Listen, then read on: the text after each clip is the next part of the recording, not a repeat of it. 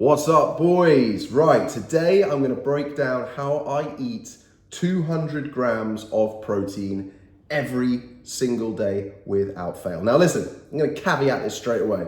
The 200 grams, you might not need to do that, but people ask me, so here we go. So why am I aiming for 200 grams? Fair question. So a nice protein calculation is to aim for 1 gram of protein for every pound of body weight.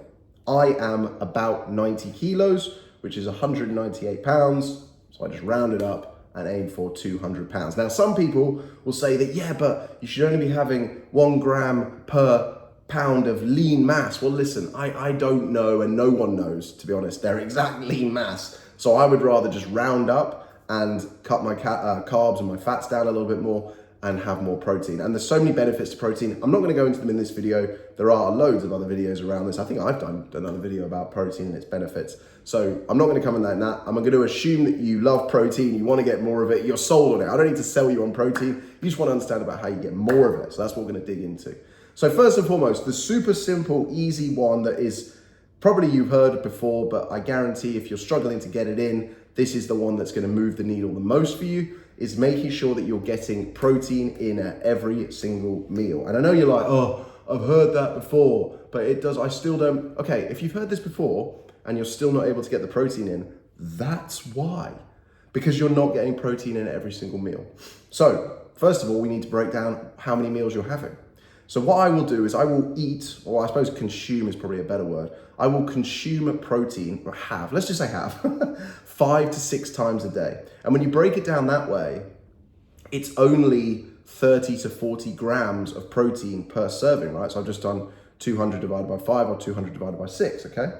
And the timing, I want to say this as well. The timing of protein doesn't matter nearly as much as the amount that you're getting in and the consistency that you're getting your protein in, okay? Because it's pretty much been disproven around protein synthesis windows now, or maximum amount of protein that can be absorbed into the bloodstream at once. You know, like it used to be, I grew up in the era where you'd see everyone leaving the gym would be walking out shaking their protein shaker.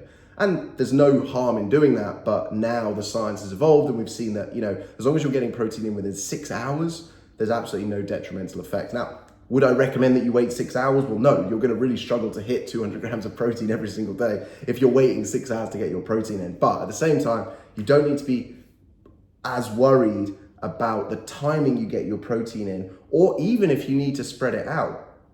Because you could, if you wanted to, get 200 grams of protein in 2 meals. Heck, you could probably do it in 1 meal. It would just be really, really, really difficult. And the reason that is because protein is at a digestive level, it's very difficult to break down. It's the hardest to break down, so it requires the most calories, the most metabolic process of the carbs and the fats for our bodies to break down. I've probably not said that in the most scientific way, but basically protein is the hardest of the 3 macronutrients for our body to break down. The only thing that's harder for it to break down is fiber, which it can't break down, which is why it just passes through you.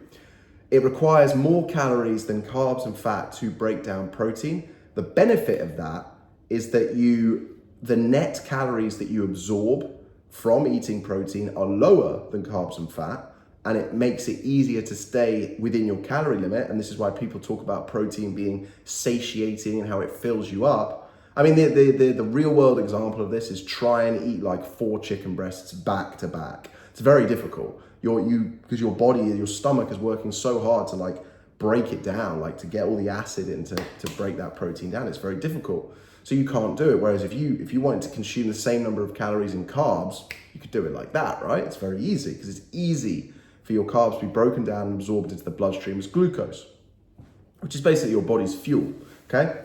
So you need to accept that the easiest way to do this is to break it up, okay?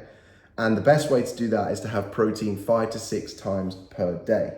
Because the other thing as well I should say is if you're trying to do it all in 1 or 2 sittings, it's going to be really taxing on your digestive system. It's actually going to like physically hurt you. It's probably not going to be the best for your gut health. I'm not an expert on gut health, but I can say with a reasoned amount of self-assurance that it's just not going to be very good for you. So spread it out. It's going to help your digestion and it's going to keep you full, like I say. And if you're aiming for 200, if you're like me and you've done that calculation, you're about 90 kilos, If you break it down 5 or 6 times a day, it's only 30, 40 grams. And again, break your problems down, you realize it's not that much of an issue. So that is really the crux of it, guys. Like, that is the easiest thing to do. Now you're thinking, okay, cool. I know the target. So the target is basically like my body weight in pounds times, well, that's it. It's just body weight in pounds, basically, and aim for that many grams of protein. You figured out the science of like, okay, I just need to spread this out. So what I would do is take that number, divide it by 5, divide it by 6, and go, okay, this is what I need to, this is how I'm going to do it. Now you need to think about like what you're going to eat, okay? And this is where you look at, different types of protein. And remember, like, if you are struggling to get your protein in from whole foods, from real sources, if you were, you've always got supplementation. And there's still, I think it's pretty much gone now, but there's still a little bit of stigmatism around protein supplementation, about people saying it's bad for you or something like that. Like, it's not at all. And what's cool now is that these companies have now developed clear isolates, so clear whey isolates. So they are literally like pure protein. They're like 80 to 90 calories and they're like 20 grams of protein, which, by the way, if you do the maths on that, for every 1 gram of protein, it's 4 calories. So if it was 20 grams of protein, that would be 80 calories. So if your whole protein shake has 88 calories and 80 grams of that are protein, fair play to these companies. They've done a very good job in synthesizing the calories down to the point where you are only consuming 80 calories, but you're getting 20 grams of protein. And then you think like, okay, cool. Well, if my calorie target is 2,500, 3,000, whatever it might be, I could have like 3 of these in a day. And I could get 60 grams of protein straight off the bat. It's going to be very easy. It's not going to be hard. It's not going to take time. It's not going to fill me up. It's not going to cost much money because they're very cheap now as well.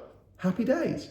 So don't feel like you have to, look, I don't want you to get your entire protein from supplementation. Of course I don't. I don't really want you to get more than 30% or 33%, let's just say 1/3 from your supplementation. But if you're aiming for a high protein number, if you are one of those guys who's like, you know what, I want to go all in. I want to eat 200 grams of protein per day. I want to eat 1 gram of protein for every pound of my body weight.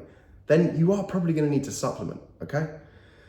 But one thing I would say on this, guys, is quantity of protein versus quality of protein, because this is a real thing. And if you can get, I don't know the exact ratio, but I'm going to throw a pretty educated guess out there.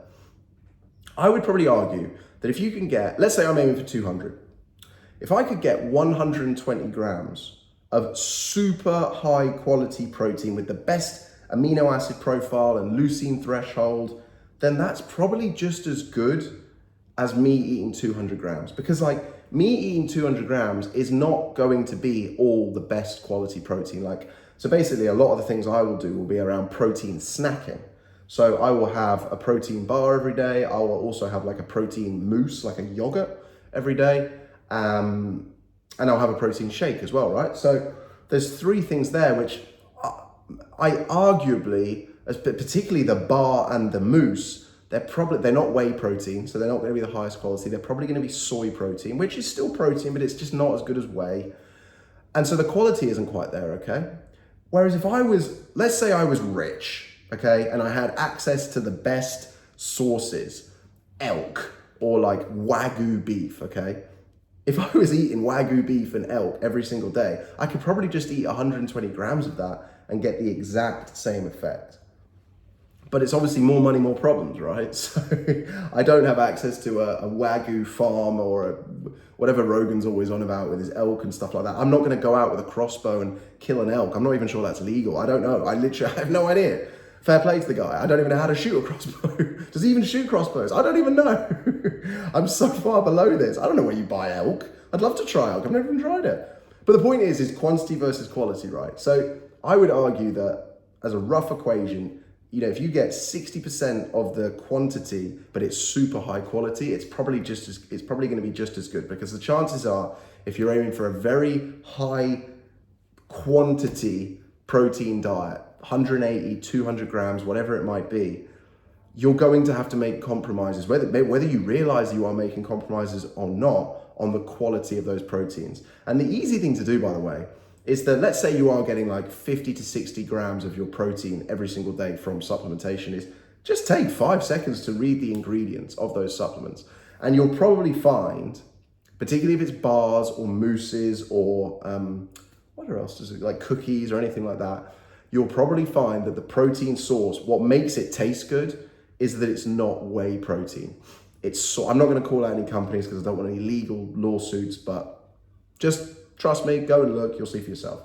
And again, I'm not saying this is bad. I'm not saying they're lying to you. None of that's conspiratorial stuff. I'm just saying that soy protein does not have as good an amino acid profile as whey protein. This is a known fact.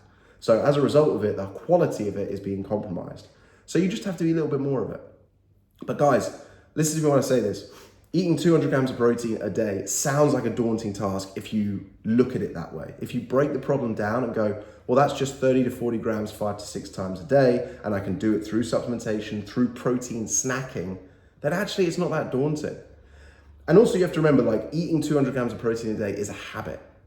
And just like anything, the more you do it, the easier it's going to get, okay? So, and also you're going to see the positive feedback loop of this really quickly. Because protein's more metabolic when you break it down with your digestive system, it's going to help you stay leaner because it's going to satiate you, it's going to fill you up. You're not going to be reaching for those unhealthy snacks because you're just not going to have the appetite for them. So protein first. Protein actually, by the way, I don't know if you know this, protein derives from the ancient Greek word protos, which means first. So the Greek, I mean, they were a smart bunch, weren't they? They knew how important protein was first, okay? So protein first at every single meal, okay, guys? Boom, there we go. Video in the can. I hope this has been useful. Listen, I get it. It's a daunting task. First things first is to figure out what your target is, okay? Because your target might not be 200. I'm 6'4", I weigh 90 kilos, okay? You might not need 90 kilos. You might need, you might not need 200 grams. You might need 150 grams. If you're at 100 grams a day now, don't try and jump to 200. Just ladder up to it. Like when I first start working with my clients, I always say to them, like, the goal, this is completely out of context, but I'll explain it. The goal is to aim for 8,000 steps per day. But if right now you're at 4,000 steps per day, let's just aim for 5,000. Then when you got to 5,000, we'll aim to get you to 6,000 and so forth and so on and so forth. Equally, if someone comes to me as a coach and says, Doug, I really want to work with you and I want to lose 10 kilos. I was like, okay, cool, got it. Let's just focus on losing that first kilo. Let's take all the lessons we learned from losing that first kilo and then apply them to losing the second and the third and the fourth and the fifth and the sixth. And I guarantee you, just like whether it's weight loss, a steps target or a protein target, the first step is the hardest and the biggest. And then after that, they get smaller and easier. So just take that first step, do a little bit more research if you want to. I encourage you to, when it comes to nutrition and stuff, I always encourage people to not just be dogmatic with their viewpoints and get them from one person.